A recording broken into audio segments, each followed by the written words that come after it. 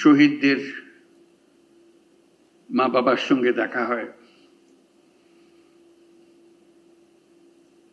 মনে প্রশ্ন জাগে, তারা কি আমাদের মতো ছবি দেখার জন্য অপেক্ষা করে? তারা তো সারাক্ষণই নিথর হয়ে আছে। কি ছিল, কোথায় গেল, কেন হলো?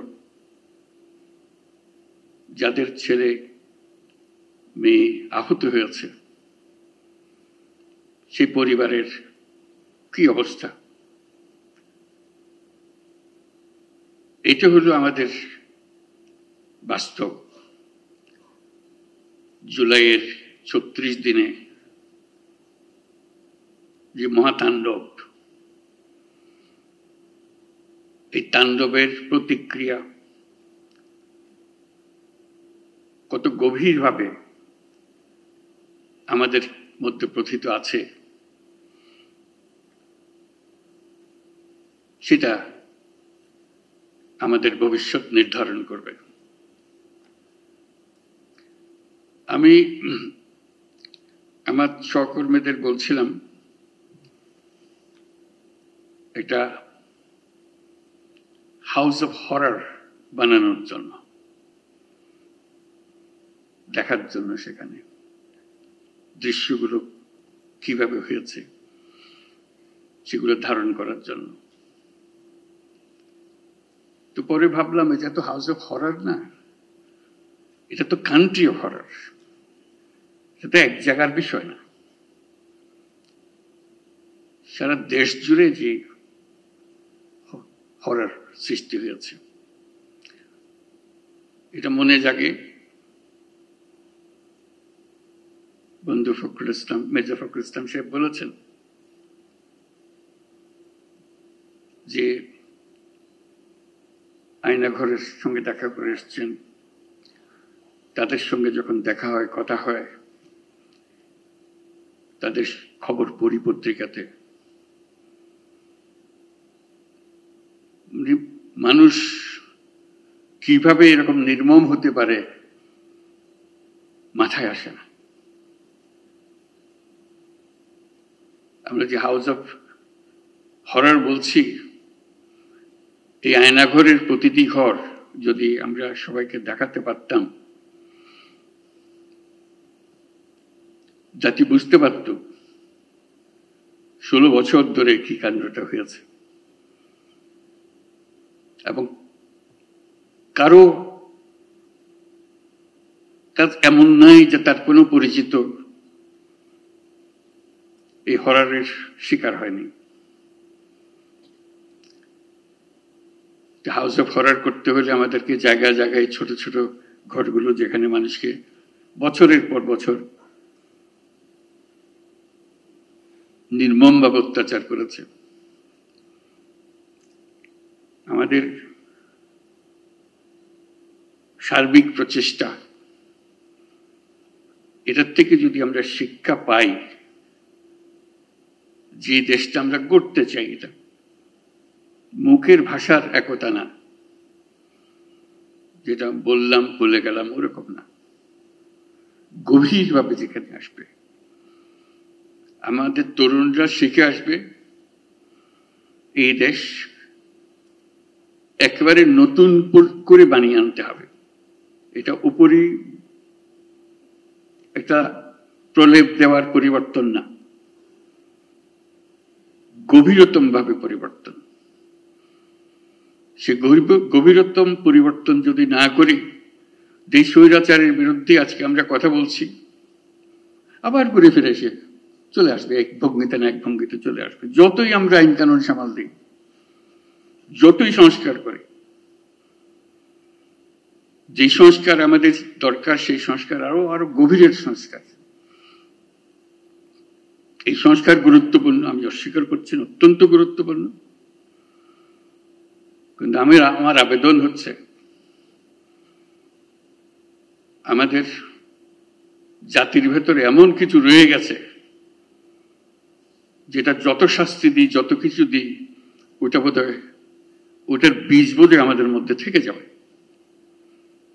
এই বীজ থেকে আমরা কিভাবে মুক্তি পাই,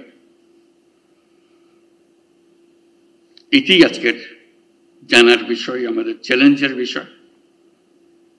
এটা কয়েকটা কাগজের সংস্কার না,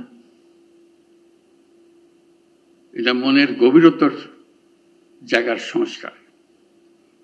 মানুষ হিসেবে আমাদেরকে নিজেদের কাছে পরিচিত করা, যে আমরা মানুষ বলতে আমরা নিজেদের কি বুঝাই সেটা করা।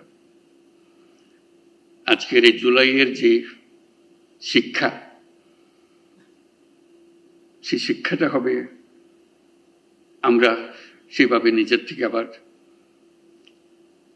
এটা আমাদের ভেতরে আছে, আমাদের যে নাই তা না, কিন্তু এটা গভীরে ঢুকে গেছে, এটার থেকে বের করতে পারতেছে না। আমরা যেন সেটাকে আবার নতুনভাবে আমাদেরকে আবিষ্কার করতে পারি, তাহলে জাতি হিসেবে আমরা পুনর্জন্ম লাভ করব। জুলাই আমাদের পুনর্জন্মের মাস। এটা শুধু স্বৈরাচারী মুক্তির মাস না, কতগুলো আঙ্গিক বিষয়, কতগুলো প্রলেপ বিষয়, এটা দিকে আমরা মনে করি যে আমরা কাজ করে ফেলেছি। সেখান থেকে যদি আমরা বিদায় করে মনে করি যে কাজ হয়ে গেছে, তাহলে আমরা বড় ভুল কাজ করলাম।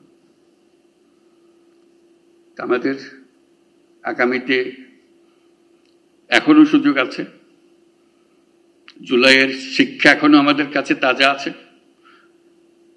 মাঝে মাঝে ভয় হয় এই শিক্ষা ক্ষয়ে যাবে, ভুলে যাব, আবার অতীতের মতো ভাষা রপ্ত হয়ে যাবে, আবার সেই ভাষা ব্যবহার করব, আবার সেই ব্যাখ্যা ব্যবহার করব। সেই দিকে যাতে আমাদের যেতে না হয় আর কোনোদিন, এই পথ একেবারে বন্ধ করে দেওয়া। এই পথের কোনো ঠিকানা আমরা যাব না, আমাদের নতুন পথ রচনা হবে, সেই পথের দিকে আমরা যাই, সেই আমাদের কমিটমেন্ট। আজকে জাতিসংঘ যে ভূমিকা পালন করেছে সেটা স্মরণ করার জন্য আমরা এখানে এসেছি, তাদেরকে ধন্যবাদ দেওয়ার জন্য এসেছি। আমি সেই কথাগুলো বলি। Distinguished guests, honorable political leaders, colleagues, friends, and my dear friend Huma Khan. Today we gather to mark the first anniversary of the July Uprising, a moment of profound significance in the history of our nation. It was a moment when thousands of Bangladeshis, men and women, most of them young, stood up against tyranny and reclaimed the dignity and future of our country. Their courage spoke not only for our people, but for humanity. On this historic occasion, I wish to recognize the steadfast support of the international community, particularly the United Nations, which has always stood beside Bangladesh, beginning from the War of Independence in 1971,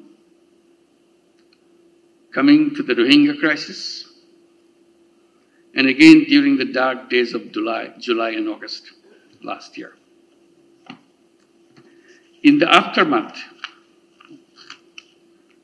of the Second World War, the United Nations set out to define and defend the inalienable rights of all human beings, irrespective of race, religion, sex, or status.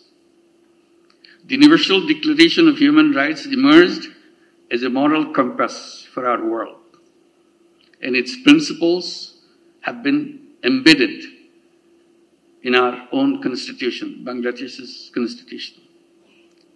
Yet, over the past 16 years, these rights were repeatedly denied to our citizens. Our institutions were captured, freedoms were curtailed, violence became the prime tool of governance. Last July, our society stood united in rejecting this reality. The people of Bangladesh reclaimed their rights with clarity, resolve, and immense bravery. Immediately after the establishment of the interim government in August last year, I formally requested the Office of the High Commissioner of Human Rights of the United Nations to conduct an independent fact-finding mission to investigate allegations of human rights abuses between July 1 to August 15. We believed that immediately an impartial and credible accounting of the truth was essential, not for justice alone, but also for healing. The UN High Commissioner's report released in February 2025 revealed the staggering scale of the atrocities, an estimated 1,400 lives lost in just a few weeks. The report described the violence of systemic, directed and coordinated from the highest level of the previous regime. It raised urgent concerns about potential crimes against humanity.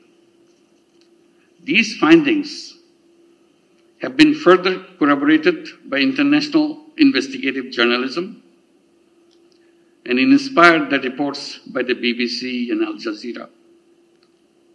We are grateful to the Office of the High Commissioner for not only documenting these abuses, but for offering a comprehensive set of recommendations to help ensure that such violations never happen again.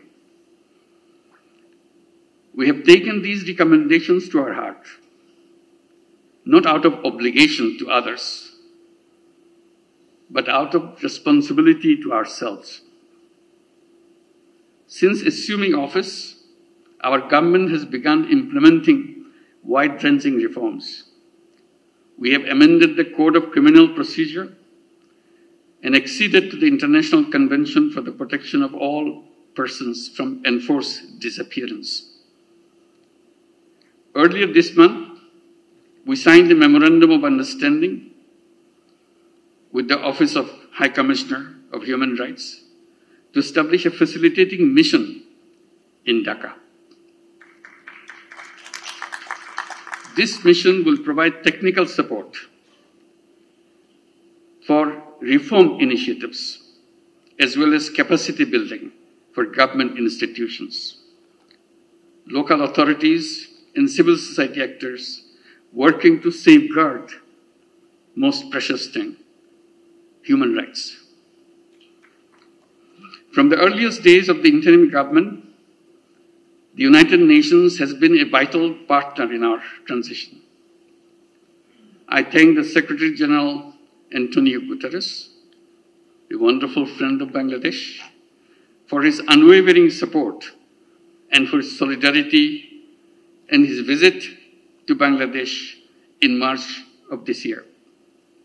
I also extend my deep appreciation to High Commissioner Volker Turk, the members of the Office of the High Commissioner for Human Rights, fact-finding team, Ms. Gwen Lewis, the UN Resident Coordinator, and of course my friend Huma Khan, Senior Human Rights Advisor, for their extraordinary and historical contributions. Our work is far from finished. Alongside our reform agenda, we are pursuing legal accountability for those responsible for gross violations. But justice is not only about punishment. Justice is also about ensuring that the state power can never again be used to suppress, silence, or destroy its own people. We are working to build a broad national consensus around a renewed political system. These are not just words. These are something to be embedded in our heart. one that delivers inclusive, participatory, and credible elections. The goal is clear: to establish a society where all Bangladeshis can live in peace, with freedom, with dignity, and with pride. As we reflect on the past year, we remember those who gave their lives in pursuit of that vision. Their sacrifice paved the way for a new chapter in our history. They created a new Bangladesh. That's their dream. This is rooted in hope, human rights, and democratic principles. On behalf of the people of Bangladesh, I thank the United Nations for standing with us in our darkest hour. And I look forward to the continued partnership as we move forward. Thank you, United Nations. And thank you, Huma Khan. Thank you all. Allah Hafiz.